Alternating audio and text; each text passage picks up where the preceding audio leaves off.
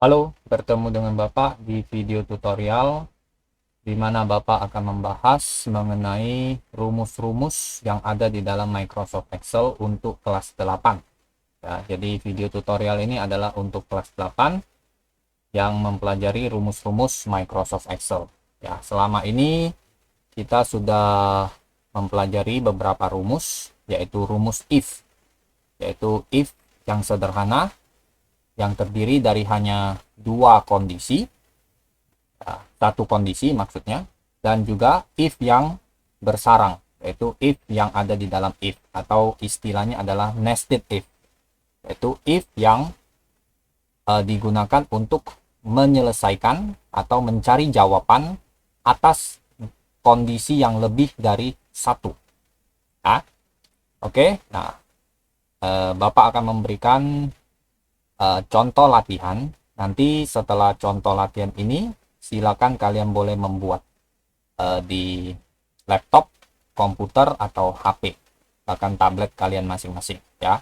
Nah, yang ditampilkan saat ini adalah versi laptop atau komputer. Nah, yang untuk versi Android, yaitu yang menggunakan HP dan tablet, akan menyusul videonya ya. Yang Bapak eh, contohkan di dalam video tutorial ini sebenarnya sama, eh, pada dasarnya sama, konsepnya sama ya, memasukkan rumusnya, namun hanya tampilannya mungkin agak berbeda antara versi yang laptop maupun versi Microsoft Excel yang Android ya. Bapak berikan dulu yang versi laptop, yaitu Microsoft Excel 2010 yang versi laptop ya. Oke, kita buat misalnya ya. Di sini mulai Bapak buat judul untuk tabel kita ya. Kita akan buat tabel, tapi kita buat judulnya dulu. Kita beri judul misalnya daftar nilai siswa kelas 8 MP Baptis Palembang. Ini judul tabel kita. Judul tabel kita itu mulai dari kolom A sampai kolom G. Ya, kolom A sampai kolom G. Nah, nanti kita akan jadikan satu kolom, bukan kolom A, maaf, kolom B sampai kolom G ya. Judul tabel kita itu dimulai dari kolom B sampai kolom G, dan kolom B, C, D, E, F, G ini nanti akan kita gabungkan menjadi satu. Oke. Nah, kalian boleh klik dulu di kolom B, lalu tahan pada mouse kalian, diklik, tahan, geser sampai kolom G. Nah, setelah disorot kolom B sampai kolom G, kita pilih menu Merge and Center.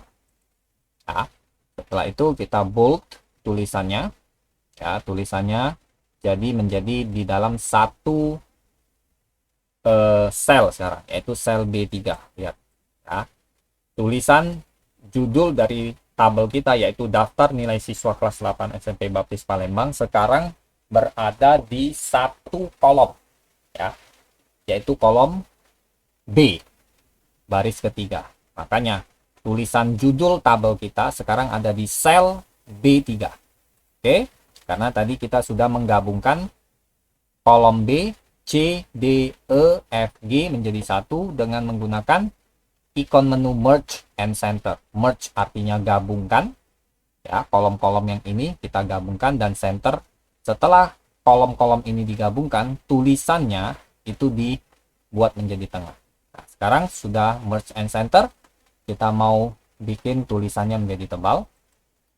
Oke, lalu tulisannya, jenis hurufnya kita ubah. Misalnya kita ubah menjadi Arial rounded deh.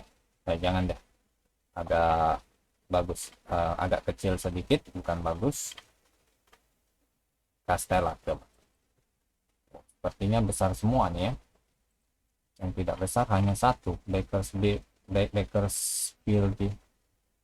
Baskerville coba. Oh, besar juga semuanya. Jangan di bold dulu, coba, masih besar. Oke, di bold, lalu pilih, sepertinya kita harus besarkan ya. Kita kecilkan dulu kolom A, kita mau kecilkan, geser ke sini ya. Lalu kita biarkan dulu judulnya. Kita tulis dulu nomor nama-nama kolom yang ada di dalam tabel kita ini ya. Oke, kolom pertama kita akan masukkan namanya nomor,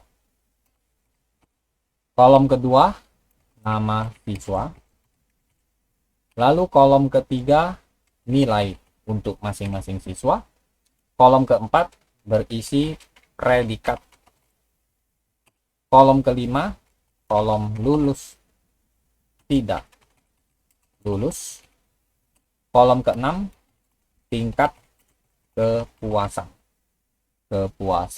Oke, lalu kita atur tulisannya. Kita atur tulisannya menjadi kalibri, boleh menjadi 13 ya, karena di sini tidak ada 13. Kita klik saja di sini, kita sorot angka 11 lalu ketik 13, enter. Jadi agak besar ya. Lalu kita juga bisa boldkan tulisannya karena nama-nama dari kolomnya. Lalu untuk kolom pertama namanya nomor, kita kecilkan lebar kolomnya, yaitu kolom B kita kecilkan. Kolom kedua namanya nama siswa ya. Di kolom C kita lebarkan karena tertutup tulisannya. Oke. Lalu kolom ketiga ini namanya nilai, ada di kolom D, boleh kita kecilkan lagi. Lalu kolom keempat predikat ya, ada di kolom E, itu tidak perlu diapa-apakan ya, tidak bisa dikecilkan lagi. Kolom kelima itu namanya lulus tidak lulus, ada di kolom F ya. Kita besarkan, kita lebarkan. Oke. Setelah itu kolom terakhir namanya tingkat kepuasan, ada di kolom G, kita lebarkan sampai ke sini ya. Oke, nah sudah mulai kelihatan. Nah, kita atur sekarang untuk judul tabel kita atur. Misalnya kita ubah menjadi 14 teman. Oh, 14. Tapi nama siswanya aja besarkan sedikit.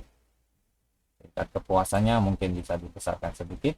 Tingkat kelulusannya juga bisa dibesarkan sedikit. Nilainya bisa dibesarkan juga sedikit. Lalu predikatnya juga bisa dibesarkan. Oke, ya. Nah, lalu judul dari setiap kolom ini ya, Bapak mau buat menjadi tulisannya rata tengah. Ya, ada di kelompok alignment, lalu kalian cari icon center. Icon center ini adalah membuat tulisan menjadi rata tengah secara mendatar, secara horizontal. Ya. Dan yang di atasnya ada icon yang namanya middle align. Ini digunakan juga sama untuk membuat tulisan menjadi rata tengah. Tapi bedanya dengan yang icon menu center. Kalau icon menu center membuat tulisan menjadi rata tengah secara horizontal. Kalau middle align membuat tulisan rata tengah ya secara tegak lurus atau vertikal. Nah, kita mau membuat tulisan nama-nama kolom kita ini menjadi rata tengah. Oleh karena itu kita klik rata tengah ya secara horizontal atau mendatar, kita klik icon center. Oke. Lalu kita sebagai contoh di sini kita akan masukkan, Bapak sedikit biar enak lihatnya. Ya, kita akan ambil contoh 12 siswa. Nah, contoh seperti ini. Kita tidak ketik angka lalu enter, ketik angka enter, tidak. Kita tidak mau begitu. Nah, kita menggunakan sebuah menu yang disiapkan oleh Microsoft Excel namanya Fill Series. Ya, caranya ketik dulu satu, enter, lalu klik lagi di tempat kita mengetik sel, di tempat kita mengetik angka 1 tadi, yaitu di sel B5. Nah, ingat nama sel terdiri dari dua nama kolom dan diikuti dengan nama baris. Ya, jadi nama sebuah sel terdiri dari dua nama kolom terlebih dahulu, baru nama baris. Nah, kita tadi sudah ketik angka 1 di sel B5, lalu kita klik lagi untuk kita aktifkan sel B5 dan kita arahkan mouse kita ke kotak yang kecil di bawah ini, di sebelah bawah kanan ya. Lalu ketika kita arahkan mouse kita ke kotak kecil di sebelah kanan bawah dari sel B5, itu nanti mouse kita berubah menjadi tanda panah seperti ini. Ya, klik pada mouse, tahan, turunkan satu saja. Kalian lihat ketika Bapak turunkan ke sel B6, ya, Bapak klik, tahan, lalu geser ke sel B6. Di sebelah kanan dari mouse Bapak ada angka 1, ya, di dalam kotak warna abu-abu seperti ini, ya. Harusnya bukan angka 1, nanti kita ubah, harusnya angka 2, ya. Oke, kita lepaskan dulu setelah sampai di B5. Setelah itu keluar kotak seperti ini, ya, keluar kotak seperti ini, ya. Oke, keluar kotak seperti ini, lalu kalian geser mouse kalian ke kotak ini, nanti klik tanda panah hitam ini yang menghadap ke bawah, diklik tanda panahnya, nanti ada 4 menu. Pilih menu yang kedua, Fill Series. Ya, diklik lingkaran yang ada di sebelah kirinya, Fill Series. Dia angka yang tadi 1 di sini berubah menjadi 2. Lalu kita mau 12, kita baru 2, masih kurang 10. Arahkan lagi mouse ke kotak kecil di bawah sebelah kanan. Ya, di sini. Nanti mouse-nya berubah menjadi tanda tambah, diklik, tahan, geser. Sekali geser, itu angkanya akan tampil, tapi sekarang bukan lagi 2 atau 1. Dia berubah menjadi 3. Turun lagi, dia akan berubah menjadi 4. Turun lagi, dia akan berubah jadi 5. Terus turunkan terus sampai nanti menjadi angka 12 seperti ini. Ya, kalau sudah angka 12 muncul di kotak kecil warna abu-abu, lepaskan mouse. Lalu menjadi otomatis sendiri. Ya. Oke. Nah, setelah kita buat nomor urutnya di dalam kolom nomor, kita akan buat ini menjadi rata tengah, ya, secara horizontal tetap. Maka itu kita klik tombol atau ikon menu center. Nah, lalu namanya Bapak masukkan misalnya Albert, lalu Alvero, misalnya David, Excel, harusnya Excel dulu baru David, ya. Excel, sorry. Ya, lalu David, misalnya, lalu Excel, lalu ada misalnya Evelyn, lalu ada misalnya Isadora, kan, lalu ada Martin misalnya. Ini contoh saja sebagai latihan, ya. Lalu ada yang namanya siapa lagi itu, Calvin, ya. Lalu ada Lionel, lalu ada M Sadewa. Oke, lalu Bapak masukkan nama Bapak saja yang password. Oke, lalu di baris kedua ini terlalu lebar, Bapak mau kecilkan kolom baris ini, baris nomor 2. Bapak arahkan mouse ke sini, ya, lalu ditarik ke atas, ya, klik pada mouse, tahan, geser ke atas seperti ini. Begitu juga baris nomor 1 Bapak mau kecilkan, klik pada mouse di sini, ya, geser ke atas. Jadi dia agak ke atas sudah, lebih enak lihatnya, ya. Oke, yang sekarang nilai misalnya Albert dapat 90 misalnya, ya. Peru misalnya dapat 8, ya, dan seterusnya. Ini hanya contoh, ya. Lalu David ya 8, 4, so 6 misalnya. Evelyn 8 misalnya, ya. Adora 87 misalnya. Marvin 89. Jadi Calvin 89 misalnya. Lionel ya berapa misalnya, 88. Nah, Dewa 8, nah, misalnya 90. Nah, Bapak sendiri misalnya. Oke. Nah, perhatikan nilai-nilainya. Lalu Bapak blok semuanya, sorot. Lalu Bapak mau bikin angka-angka yang ada di kolom nilai ini menjadi rata tengah secara horizontal, secara mendatar. Klik ikon center. Oke. Nah, setelah itu ini boleh dikecilkan sedikit, ya, kalau nggak salah. Oke, coba dikecilkan lagi, apakah bisa? Nilainya apakah bisa dikecilkan juga? Oke, predikatnya gimana? Bisa?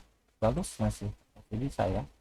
Oke, sebentar ya, kita atur. Kalau bisa atur jadi bagus. Oke, sepertinya bagus. Oke, karena nanti di sebelah kanan sini kita akan buat satu tabel lagi untuk mencari data.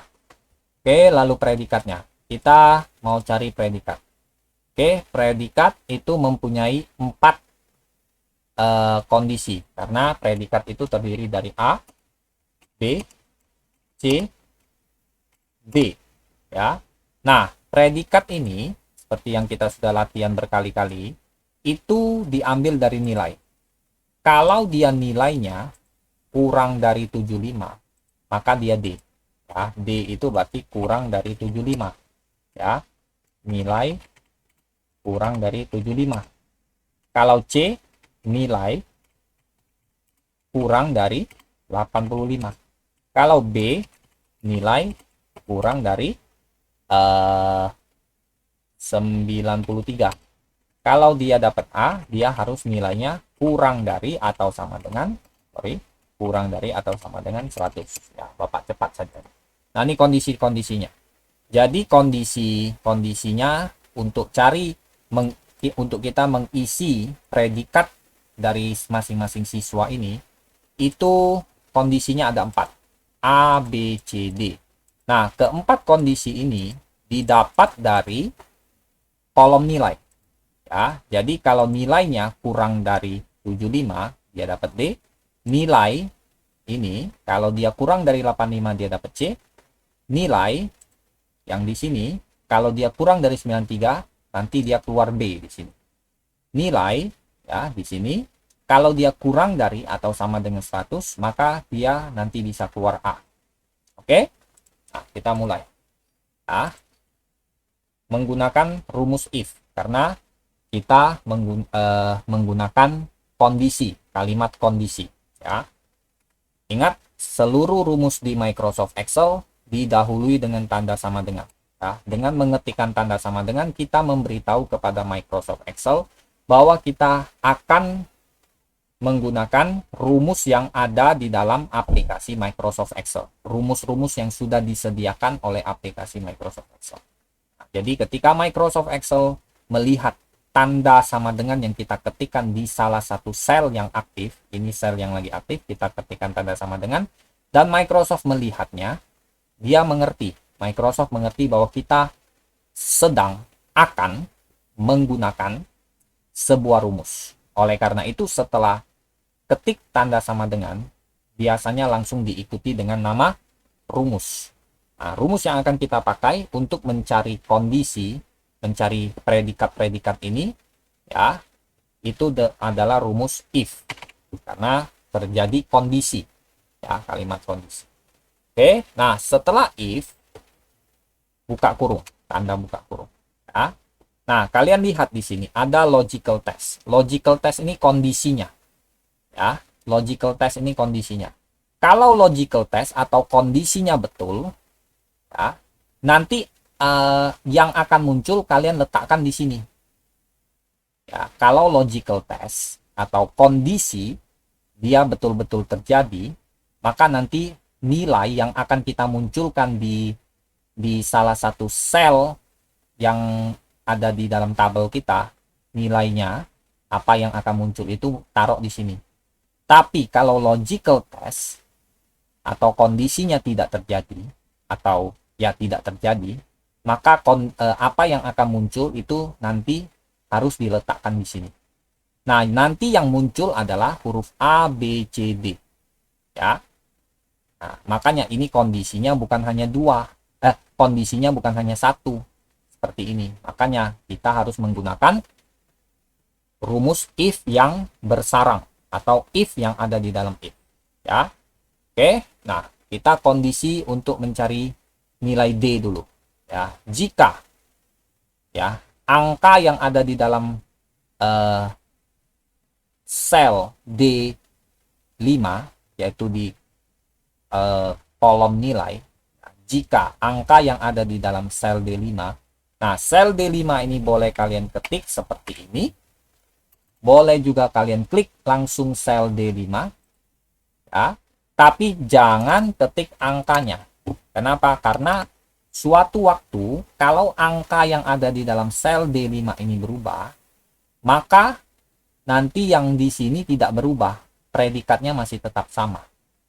Ya, suatu waktu misalnya dia dapat 100, ini harusnya sekarang dia dapat B, ya, karena dia kurang dari 93, 90 kurang dari 93, maka nanti dia dapat B.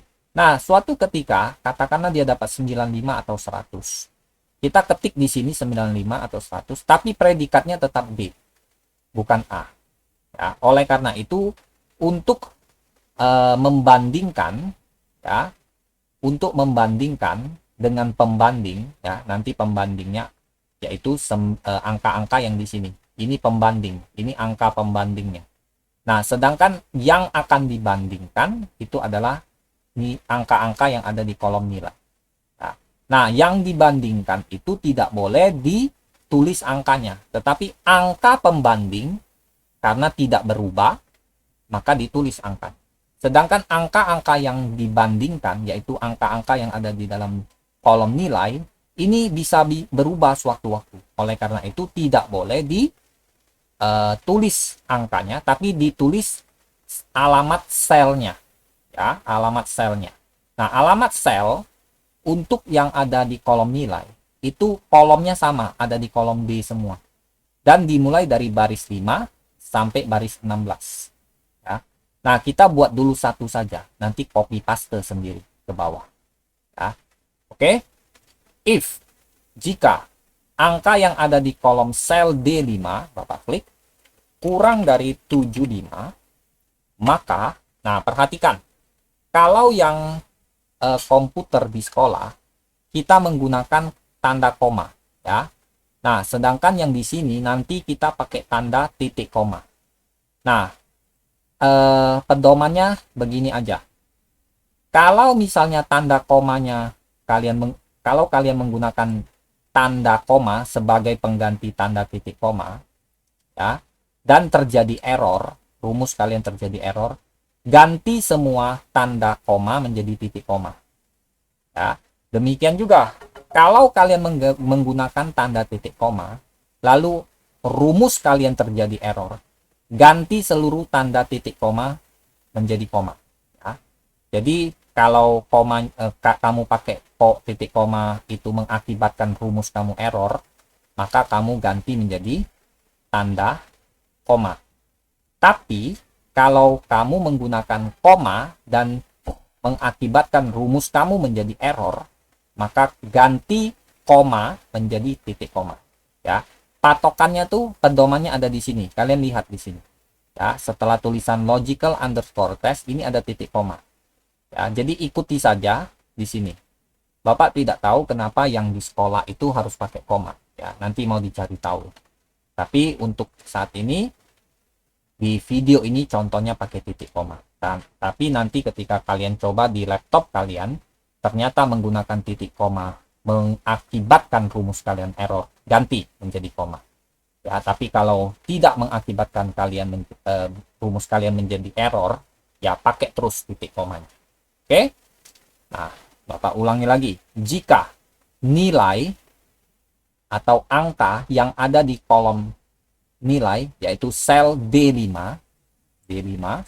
angka yang ada di sel D5 kurang dari, lihat ini operator kurang dari, ya Bapak sudah memberikan catatan beberapa operator jenisnya, ya, kurang dari 75. Kenapa 75 ditulis? Karena dia adalah angka pembandingnya yang tidak berubah. Sedangkan angka yang ada di sel D5 sewaktu-waktu bisa berubah, makanya ditulis alamat selnya. Sedangkan angka pembandingnya ini tidak pernah berubah, ya.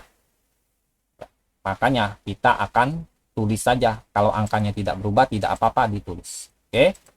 Kalau angka yang ada di dalam sel D5 kurang dari 75, maka dia akan mengeluarkan predikatnya huruf D. Ya, perhatikan huruf D karena dia adalah karakter huruf dalam hal ini, maka dia harus ditutup dengan petik pembuka dan petik penutup. Nah, Sedangkan 75 ini tidak perlu. Ya, karena komputer pada dasarnya itu bekerja dengan lebih mudah dengan angka dan lebih banyak dengan angka. Ya, meskipun dia tidak bekerja dengan 75. Tapi kalau kalian menggunakan D di sini tanpa tanda petik pembuka dan petik penutup, nanti akan terjadi error. Ya, maka kalau kalian mau memunculkan D, kalian harus tutup huruf D-nya dengan tanda petik pembuka, petik penutup. Ya, oke, baru nanti dia bisa tidak error. Oke, itu if pertama. Ini if pertama. Ya. Lalu if kedua. Untuk memisahkan if pertama yang ini dari if kedua, kita pisahkan dengan tanda titik koma. Bapak kasih spasi biar ada jarak dengan if pertama, lalu ketik lagi if. Ya. Nah, mulai dari if kedua itu tidak perlu lagi tanda sama dengan, hanya sekali saja.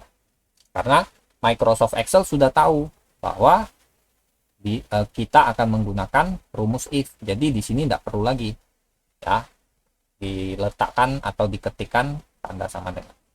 If buka kurung, perhatikan untuk C ya, if angka yang ada di sel D5, Bapak klik lagi. Kalau sel D5 tidak bisa diklik, kalian bisa ketik. Ya, kalau sel D5-nya tidak bisa diklik, kalian bisa ketik, tidak apa-apa. Kurang dari 85, kita mau cari yang predikat C. Jika belum tentu terjadi, bisa terjadi, bisa tidak. Jika angka yang ada di dalam sel D5 kurang dari 85, maka dia akan keluar huruf C untuk kolom predikatnya. Lalu ini if pertama, ini if kedua, dipisahkan dengan tanda titik koma ini. Kita mau buat if ketiga, pisahkan dulu dengan tanda titik koma, lalu spasi sekali. If ketiga, if buka kurung, angka yang ada di dalam sel D5 kurang dari, kita mau yang B. Kalau B nilai angka yang ada di dalam sel D5, yaitu kolom nilai, kurang dari 93, ketik 93. Maka dia muncul huruf B. Ingat, karakter atau tulisan atau kata-kata harus ditutup dengan tanda petik pembuka dan petik penutup. Lalu untuk if yang keempat, kita pisahkan dengan tanda titik koma, lalu spasi. If keempat, ya, jika angka yang ada di dalam sel D5 ya, kurang dari atau sama dengan 100. Kita mau mencari predikat yang keluarkan kata atau huruf A. Ya. Maka dia akan menjadi A. Dia akan keluarkan huruf A. Perhatikan ini sudah 4 if. Berarti ada 4 kondisi. 1, 2, ya, 3, dan 4. 4 if, 4 kondisi, berarti ada 4 buka kurung. 1, 2, 3, 4. Kalau ada 4 if, ada 4 kondisi, ada 4 if, ada 4 buka kurung, berarti harus ada 4 tutup kurung. Bapak ketik tutup kurungnya 4 kali. 1, 2, 3, 4. Nah, lalu setelah itu tekan enter. 90 apakah benar? Dia B, betul. Karena 90 lebih dari 85. Nah, 90 lebih dari 85, tapi dia kurang dari 93. Jadi kalau lebih dari 85, kondisi untuk kurang dari 85 tidak terjadi. Tapi dia lebih. Berarti dia ada di B. Karena kenapa? Karena 90 kurang dari 93. Oke? Nah, sekarang kita akan copy saja. Ya, kita tidak akan kerjakan satu-satu. Kita kerjakan satu untuk satu siswa, siswa pertama. Lalu kita copy, klik kanan pada mouse ya di sel E5 ya, klik kanan pada mouse di sel E5 lalu copy. Lalu klik di bawahnya yaitu sel E6. Lalu kalian tahan mouse kalian, setelah klik geser sampai sel E16 ya, dari sel E6 dari sel E6 sampai sel E16. Ya, dari sel E6 sorot, tahan mouse-nya, sorot, geser sampai sel E16. Lalu setelah kalian sorot sel E6 sampai sel E16, klik kanan. Ya, di sini paste options banyak, pilihan paste banyak. Ada yang paste saja, ada yang paste value saja, hasilnya seperti itu. Kalian lihat B semua. Ya, ada yang paste formula, lihat mulai beda. Ya, tadi paste saja gimana? Sama saja, bisa. Ya, tapi untuk lebih pastinya kalian pakai paste yang formula. Ya, pilihan yang ketiga, paste option. Klik. Oke, sudah selesai. Untuk menghilangkan tanda garis yang terputus-putus nih, tekan tombol escape ke SC. Ya. Lalu kita bisa buat menjadi tengah. Oke. Nah, setelah itu kita akan cari lulus tidak lulus. Hapus saja. Nah, lulus tidak lulus itu cuma dua kondisi, karena apakah dia tidak lulus ataukah dia lulus. Jadi cuma dua pilihan, berarti satu kondisi, ya. Oke, tetap pakai rumus if, sama dengan if, ya, jika nilai yang ada di dalam angka yang ada di dalam sel B5 tetap pakai menggunakan patokannya atau pedomannya untuk mencari lulus tidak lulus itu di kolom nilai, yaitu di kolom D. Nah, kita cari dulu satu saja, untuk satu siswa saja, ya. Jika angka yang ada di dalam sel D5, kita klik, kurang dari 75. Kenapa 75? Karena kalau dia kurang dari 75, pasti tidak lulus. Nah, dia kurang dari 75, pasti tidak lulus. Paling kecil, dia harus 75. Makanya di sini tidak pakai sama dengan. Dia hanya pakai tanda operatornya kurang dari.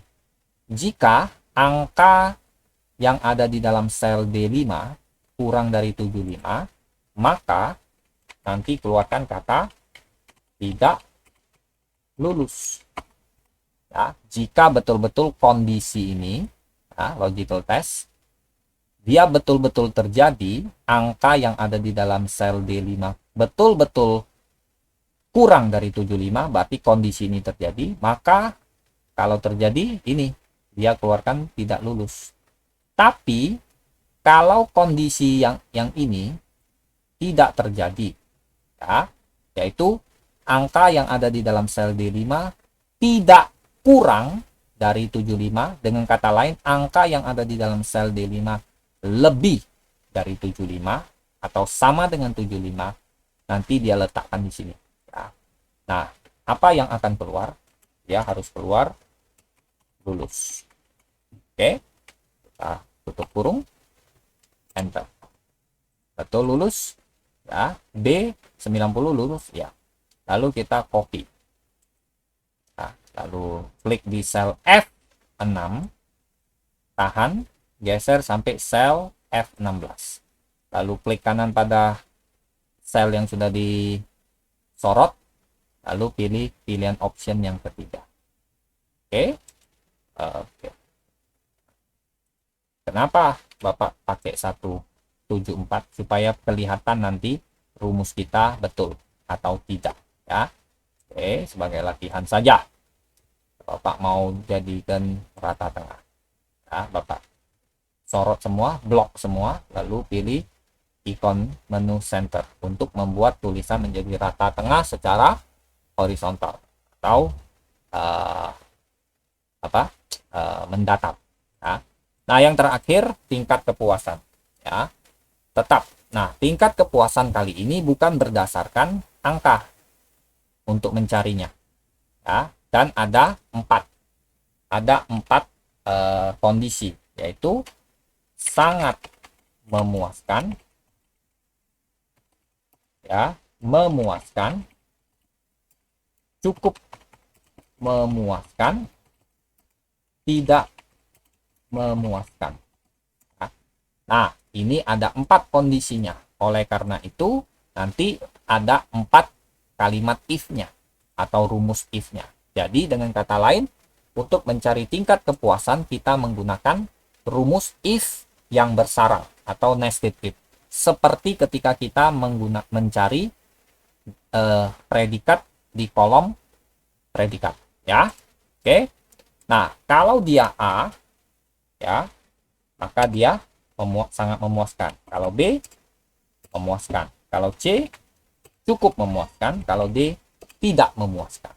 Ya, jadi kalau predikatnya, ya, kalau huruf yang ada di dalam kolom predikat, yaitu sel E5, hurufnya A, dia nanti keluar kata-kata sangat memuaskan. Tapi kalau B, dia keluar kata-kata memuaskan. Kalau dia C, ya, dia keluar kata cukup memuaskan. Kalau dia D, dia keluar kata tidak memuaskan. Oke, mulai. Kita ketik sama dengan if yang pertama untuk kondisi memuaskan. Jika huruf yang ada di dalam sel E5, ya, E5 sekarang bukan D5 lagi, karena kita menggunakan kolom predikat sebagai patokan.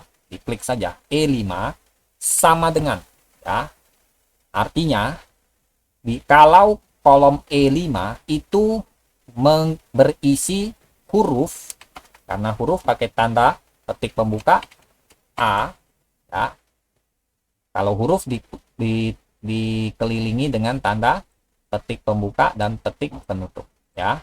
Jika sel E5, ya, berisi, yaitu sama dengan, ya, jika sel E5 itu sama dengan huruf A, artinya di dalam sel E5 berisi huruf A, maka nanti dia keluar kata sangat memuaskan. Ya, itu if pertama. Lalu if kedua, pisahkan dengan tanda titik koma, ya. Atau kalau titik koma mengakibatkan rumus kamu mengeluarkan error, kamu gunakan tanda koma, ya. If, ya, untuk kondisi B, jika di dalam sel E5 sama dengan B, artinya jika huruf yang ada di dalam sel E5 itu adalah huruf D, maka dia akan mengeluarkan kata memuaskan. If ketiga, pisahkan dengan tanda titik koma.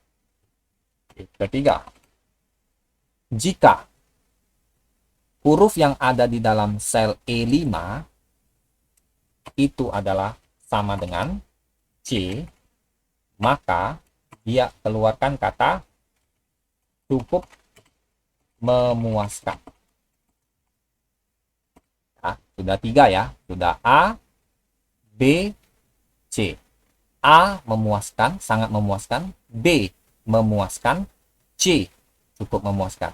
Dan yang terakhir, jika if huruf yang ada di dalam sel E5 itu sama dengan D, maka nanti dia keluarkan kata tidak memuaskan. Oke, karena ada 4 if, ada 4 buka kurung. Tutup kurungnya juga ada 4. Oke, lalu kita tekan enter. Ini ada masalah nih sepertinya. Kita tekan enter, lihat. Oke, ada yang salah kalau begini, ya. Apakah yang salah? Oh, lihat, ya, petiknya tidak boleh petik tunggal. Ini petik tunggal, lihat, ini petik tunggal, ya. Petiknya harus petik yang 2 seperti ini, ya. Kita hapus. Nah, makanya tadi ketika Bapak petik tunggal di sini, kalian lihat tanda tutup kurungnya hitam semua, ya. Ketika Bapak ubah tanda petik tunggalnya, Bapak ganti dengan tanda petik 2, ya, tanda kurungnya berubah menjadi warna-warni, ya. Oke, setelah itu enter. Oke, yeskan saja kalau begitu. Oke. B memuaskan, betul. Oke, kita coba. Kita copy saja. Lalu klik di sel G6, tahan, geser sampai sel G16, klik kanan, pilih yang pilihan ketiga, yaitu formulas, pastenya.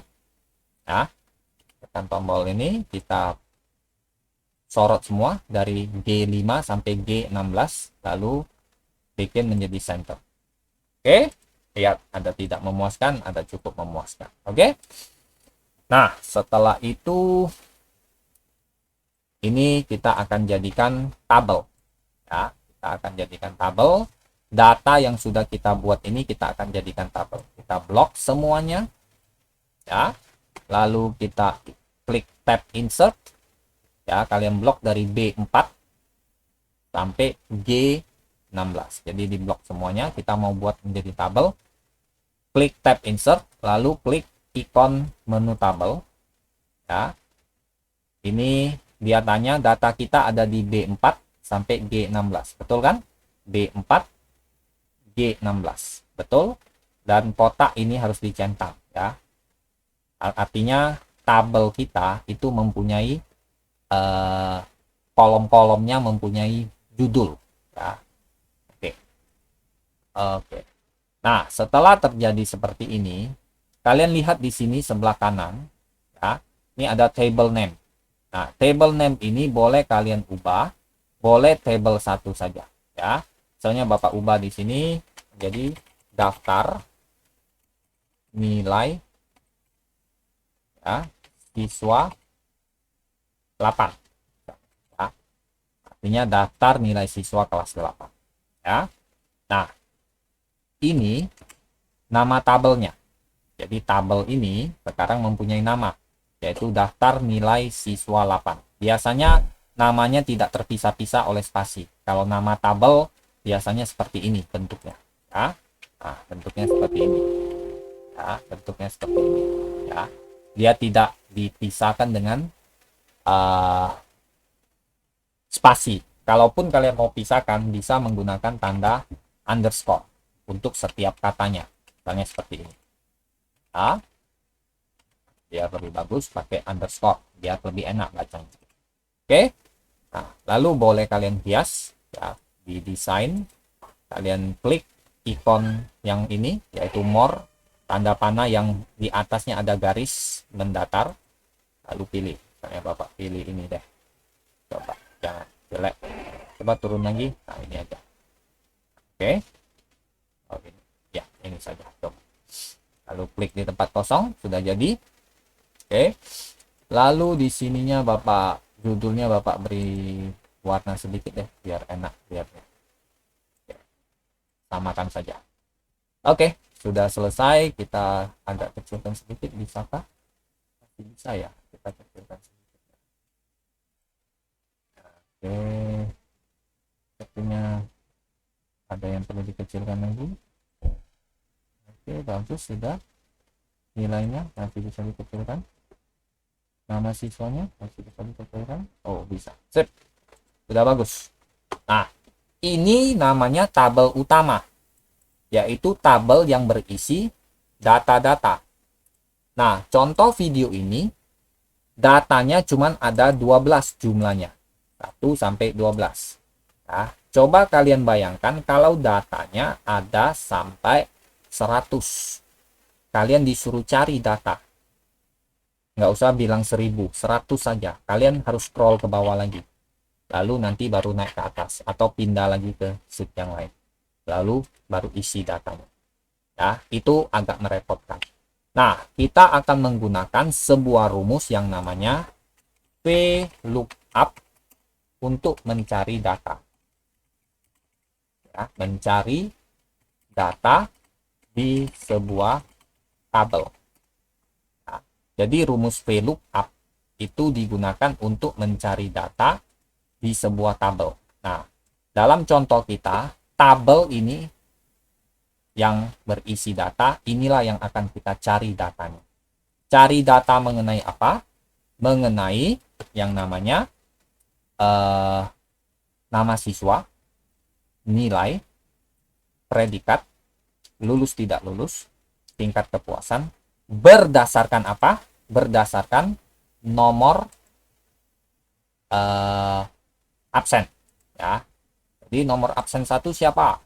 Langsung ya, bisa nanti langsung ketahuan. Kita kecilkan lagi sedikit, tidak apa-apa. Nah, coba nomornya bisa dikecilkan lagi. Ya, bisa. Oke. Ya. Jadi nanti ketika kita ketik angka 1 ya, nanti informasi mengenai absen nomor 1, anggaplah nomor ini adalah nomor absen. Ketika kita mengetik angka 1, absen nomor 1 yang berisi ya, catatan mengenai nama siswa Albert, nilainya adalah sekian, predikatnya adalah ini, dia lulus, dan tingkat kepuasannya adalah memuaskan. Nanti muncul secara otomatis. Ketika kita ketik angka 1, nanti nama Albert, nilainya, predikatnya, lulus tidak lulus, memuaskan, itu akan muncul secara otomatis. Tidak diketik. Ya, tidak diketik. Ya, itu menggunakan rumus yang namanya VLOOKUP. Nah, ini tabel sudah ada nama seperti Bapak bilang tadi. Ya, kalau kalian lihat di sini daftar nilai siswa. Ya, oke, kita akan mulai.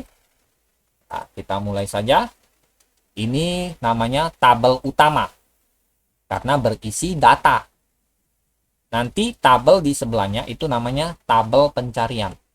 Bapak beri judul saja tabel pencarian data siswa kelas 8 ya, SMP. Nah, ini aja kelas 8 ya. Nah, lalu Bapak coba gabungkan aja. Nah, gabungkan aja. Lalu di bold tadi pakai apa ya tadi ya? Sorry. Baskerville. Oke, di sini Bapak mau cari Baskerville. Nah, lalu dia tadi 14 kalau tidak salah. Jadi kita boleh menghias ya. Kita boleh menghias nanti. Oke. Nah, ini di sini. Ini, tarik ke sini sedikit. Oke. Nah, tabel pencarian data siswa kelas 8. Oke. Nah, pertama kita akan ketik nomor absen. Oke. Lalu yang kedua, kita nama.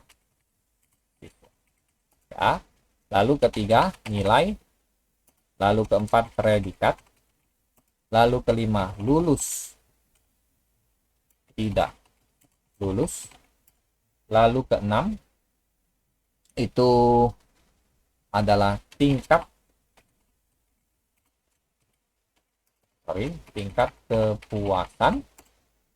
Oke, coba besarkan sedikit. Oke, masih bagus ya. Oke, nomor absen. Oke, Bapak jadikan 1 aja biar lebih enak.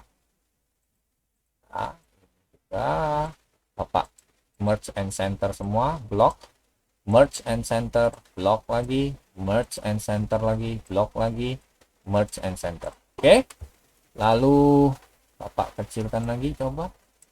Oke, kelihatan. Lalu Bapak kasih border ya, all border. Oke. Nah, ini tabel pencariannya. Setelah itu nanti kita akan ketik angka di sini. Nah, Bapak bikin jadi oke, sudah. Nanti kita akan ketik angka di sini. Cukup ketik angka yaitu nomor ini. Ya, kita anggap saja kolom nomor di tabel utamanya yaitu tabel daftar nilai siswa kelas 8. Itu kolom nomornya kita anggap nomor absen. Jadi kita ketik angka 1 misalnya di sini. Nanti nama siswanya, nilainya, predikatnya, lulus tidak lulus, tingkat kepuasannya akan muncul secara sendiri. Ya. Jadi tidak diketik. Nama siswanya tidak diketik. Nilainya tidak diketik, predikatnya tidak diketik, lulus tidak diketik, tingkat kepuasannya juga tidak diketik. Yang diketik hanya nomor absennya. Ya, nah itu kita akan mencari dengan menggunakan rumus VLOOKUP. VLOOKUP artinya rumus lookup dari kata lookup. Lookup itu artinya mencari. Ya. V itu artinya secara vertikal. Jadi, rumus VLOOKUP itu digunakan untuk mencari data yang ada di sebuah tabel utama berdasarkan kolom. Karena kolom kan tegak lurus. Ya, rumus VLOOKUP adalah sebuah rumus Excel yang digunakan untuk mencari data di sebuah tabel utama berdasarkan kolomnya. Ya. Jadi nanti di sini Bapak kasih bisa ya. Coba Bapak enter, tetap. Ya. Oke. Nah, nanti di sini ada berapa kolom? 1, 2, 3, 4, 5, 6. Jadi ada 6 kolom. Kolom pertama, ya, kolom nomor 1 mempunyai indeks kolom 1. Kolom kedua, nama siswa, mempunyai indeks kolom nomor 2. Kolom ketiga, nilai, yaitu mempunyai indeks kolom nomor 3. Kolom predikat, yaitu kolom yang keempat, mempunyai indeks kolom nomor 4. Ya, kolom kelima, yaitu lulus tidak lulus, mempunyai indeks kolom nomor 5. Ya, kolom keenam, yaitu kolom tingkat kepuasan, mempunyai indeks kolom nomor 6. Jadi indeks kolom 1, indeks kolom 2, indeks kolom 3, indeks kolom 4, indeks kolom 5, indeks kolom 6. Ya, kita mulai. Kita mau munculkan nama siswa. Ketika kita ketik nomor absen, ya, ketika kita ketik nomor absen, apapun nomor absen yang kita ketikkan di sini, ya, yang ada di data ya. Jadi kalau kalian ketik nomor 13 nanti pasti tidak akan muncul. Munculnya yang lain, ya. Oke, jadi nomor absen di sini kita batasi sampai 12. Nah, ketika kita mengetikkan nomor absen antara 1 sampai 12, ya, pilih salah satu, cuman bisa pilih salah satu. Nanti nama siswanya akan muncul di sini, ya. Dan untuk mencari nama siswa, dia ada di kolom nama siswa. Nah, kolom nama siswa mempunyai indeks kolom nomor 2. Ya, indeks kolom nama siswa itu adalah 2. Oke, kita mulai. Ya, mulai dengan tanda sama dengan nama rumusnya adalah VLOOKUP. Ya, boleh huruf besar semua seperti ini. Boleh huruf kecil semua seperti ini. Setelah itu buka kurung. Nah, rumus VLOOKUP itu terdiri dari 4 bagian. Yang pertama itu adalah lookup value. Maksudnya apa yang mau dicari, ya, dan di mana dicarinya, ya. Nah, kita mau mencari nomor absen yang diketikkan di sini, yang kemudian nanti ketika rumus VLOOKUP mencari nomor absen ini, nanti nama siswa, nilai predikat, lulus tidak lulus, tingkat kepuasan akan muncul dengan sendirinya. Jadi nanti rumus VLOOKUP itu akan mencari angka yang kita ketikkan di sini, yang dalam contoh ini adalah nomor absen. Jadi kita klik sel J4. Kenapa J4? Karena ini digabungkan. Ya, kalian lihat, ketika Bapak klik sel ini, 3 kolom ini disorot, tapi dia hanya J4 di sini. Ya. Ini kolom J baris keempat, ya. Nah, itu bagian pertama. Apa yang mau dicari dan di mana dicarinya? Ya, yang mau dicari adalah nomor absen yang akan memunculkan nama siswa, nilai predikat lulus tidak lulus dan tingkat kepuasan. Dan nomor absen ini diketikkan di sel J4. Lalu pisahkan dengan bagian kedua dengan tanda titik koma. Ya, bentar. Oke. Oke. Nah, bagian kedua adalah ketika sudah tahu mau cari apa dan carinya di mana, lalu dia tanya, tabelnya yang mana? Ingat ya, rumus VLOOKUP adalah rumus untuk mencari data yang ada di sebuah tabel. Makanya bagian kedua dari rumus VLOOKUP itu menanyakan tabelnya yang mana. Nah, tabelnya yang mana? Kalian klik di sini. Tabelnya mulai dari B5 sampai G16. Atau boleh kalian dari B4 sampai G16. Ya. Nah, Bapak dalam video ini mengambil contoh dari B5, tabelnya itu dari sel B5, Bapak klik, lalu sorot sampai sel G16. Ya, kalian lihat, dia tidak memunculkan, nama atau nama selnya, ya. Dia tidak memunculkan B5.2G16, tapi dia memunculkan nama dari tabel yang sudah kita buat tadi, ya, ya. Ketika kita buat tabel tadi, kita memberi nama tabel kita daftar underscore nilai underscore siswa underscore 8. Ya, nah, ini bagian kedua. Apa yang mau dicari? Yaitu apa yang kita ketikkan di sel J4, lalu carinya di tabel yang namanya daftar underscore nilai underscore siswa underscore 8 yang mempunyai range dari sel B5 sampai G16. Itu dua bagian. Bagian ketiga, kita pisahkan dulu dengan tanda titik koma. Nah, bagian ketiga, dia tanya, yang kamu mau cari, yang kamu mau munculkan apa? Nah, yang mau kita munculkan ini adalah nama siswa. Nama siswa, ya, kalau di tabel daftar underscore nilai underscore siswa underscore 8, nama siswa ini ada di kolom nama siswa. Ya, nama siswa itu ada di kolom nama siswa. Dan kolom nama siswa itu mempunyai indeks kolom. Kalian lihat, kolom underscore index underscore num. Num itu number. Jadi kita disuruh masukkan nama siswa ini ada di mempunyai indeks kolom nomor berapa di tabel daftar underscore nilai underscore siswa underscore 8. Dia ada nomor indeksnya berapa untuk kolom nama siswa. Kalian lihat, ini 1, 2, ya, 3 untuk nilai, 4, 5, 6. Jadi indeks kolom untuk kolom nama siswa itu adalah 2.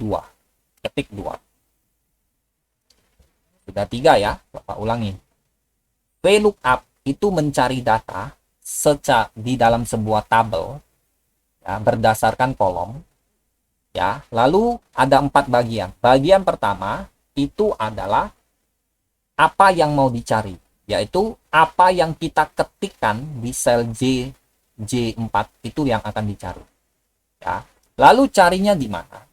Carinya di sebuah tabel yang namanya daftar underscore siswa underscore nilai underscore siswa underscore 8, di mana tabel ini mempunyai range dari sel B5 sampai G16. Lalu kita mau memunculkan nama siswa, kita harus tahu nama siswa ini indeks kolomnya nomor berapa di dalam tabel ini. Indeks kolomnya kalau dari paling kiri nomor 1, nomor 2, nomor 3, nomor 4, nomor 5, nomor 6. Ya, jadi nama siswa ada di indeks kolomnya nomor 2. Ya, 3 bagian. Bagian terakhir, nah, kita ketik saja false. Ya, pilih yang false. Exact match. Artinya dia waktu munculkan itu tepat seperti apa yang ada di dalam tabel ini. Nanti ditampilkan, ya. Oke. Lalu tutup kurung. Jadi ada bagian 1, bagian 2, bagian 3, bagian keempat. Lalu tekan enter. Nah, kenapa keluar NA? Perhatikan. NA ini bukan error. Ya, NA ini bukan error. NA ini singkatan dari, ya, bentar. NA ini singkatan dari not available. Artinya data yang kamu ketikkan di sini, ya, nomor absen yang kamu ketikkan di sini yang sekarang adalah kosong, itu tidak ada datanya di dalam tabel.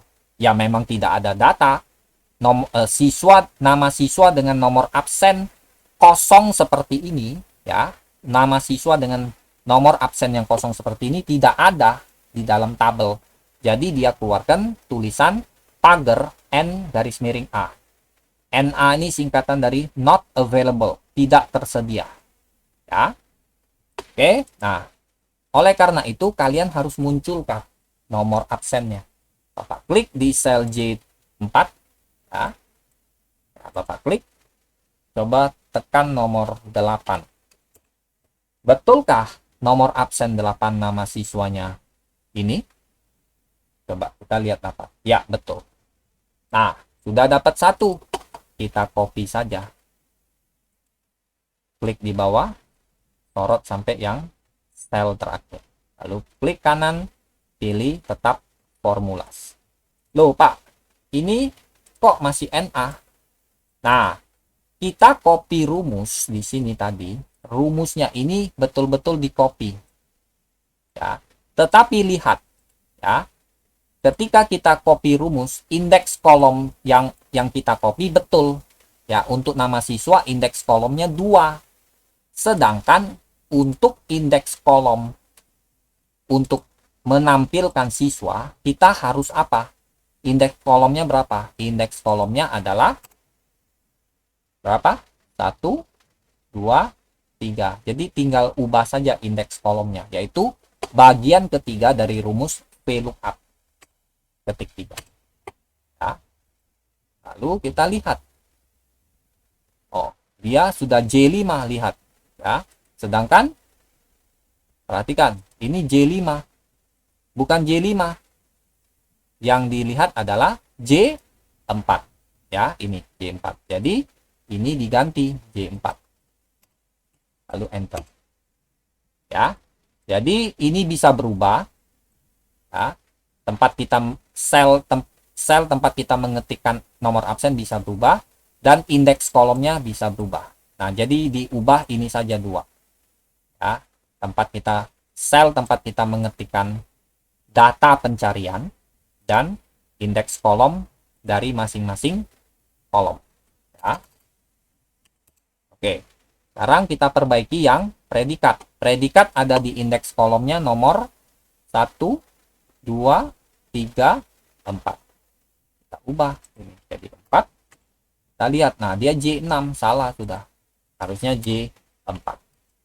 Nah, apa yang kita ketikkan di sel J4 itulah yang akan dicari. Enter. Predikatnya B, betul? Coba. Betul. Lalu, begitu juga yang untuk kolom lulus tidak lulus. Ya, kalian bisa klik di sini. Ya, 2-nya kalian hapus. Jadi, lulus tidak lulus tuh ada di indeks kolom nomor 1, 2, 3, 4, 5. Ya, lalu sel yang kita ketik datanya bukan J7, harusnya J4. Nah, ternyata betul. Lalu yang terakhir adalah tingkat kepuasan. Ini boleh diklik saja 2 kali atau kalian bisa tekan tombol F2 di keyboard. Ya. Ini diubah menjadi J4. Lalu ini diubah menjadi tingkat kepuasan indeks kolomnya nomor 1, 2, 3, 4, 5, 6, 1, 2, 3, 4, 5, 6. Ya, nomor 6. Enter. Oke. Nah, betulkah ini seperti itu? Bapak boldkan saja. Nah, betul. Ya, nomor absen 8. Ini datanya. Ya, nomor absen misalnya 12. Ini. Ya, bayangkan kalau ada 100, kan enak ini. Nah, coba Bapak nomor absen 13. Apakah ada? Tidak ada. Kenapa? NA semua. Karena nomor absen 13 tidak ada nama siswanya. Ya, nilainya, predikatnya, lulus tidak lulus, tingkat kepuasan tidak ada datanya. Makanya not available. Oke. Nah, ini demikian dulu untuk video tutorial mengenai rumus if sederhana, if yang bersarang, yaitu if yang ada di dalam if atau sering disebut nested if, dan juga rumus VLOOKUP, yaitu rumus yang digunakan untuk mencari data di dalam sebuah tabel yang sudah kalian buat berdasarkan kolom, indeks kolomnya. Ya. Oke, coba. Oke, ada. Betul. Coba 1. Ya, betul. Jadi setelah dibuat itu boleh dicoba beberapa nomor ini. Ya, coba 100 ada enggak? Ada. Tapi kalau 10 ada. Dari sini, bayangkan kalau misalnya ada 30 anak. Nggak usah kamu scroll-scroll ke bawah begini. Lihat saja di sini. Dengan catatan, waktu kalian masukkan data ke dalam tabel utama, itu harus benar. Ya, kalau kalian masukkan data di dalam tabel utamanya tidak benar, ya nanti di sini juga tidak benar masuknya. Ya, oke. Ya, setelah itu kita save. Lalu kita kalau mau save, klik tab file, lalu klik menu save as.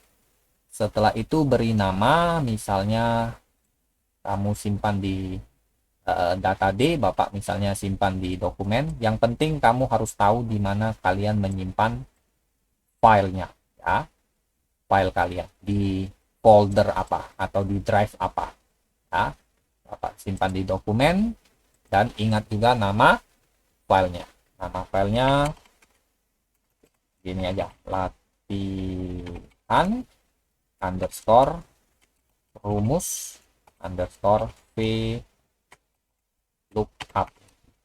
ya, 1. Karena nanti ada lagi latihan rumus VLOOKUP nomor 2. Ya, ini masih sederhana sekali. Ya, latihan underscore rumus underscore VLOOKUP, ya, underscore nama kalian, underscore misalnya nomor absen saja langsung, ya, misalnya 10 atau 20, ya.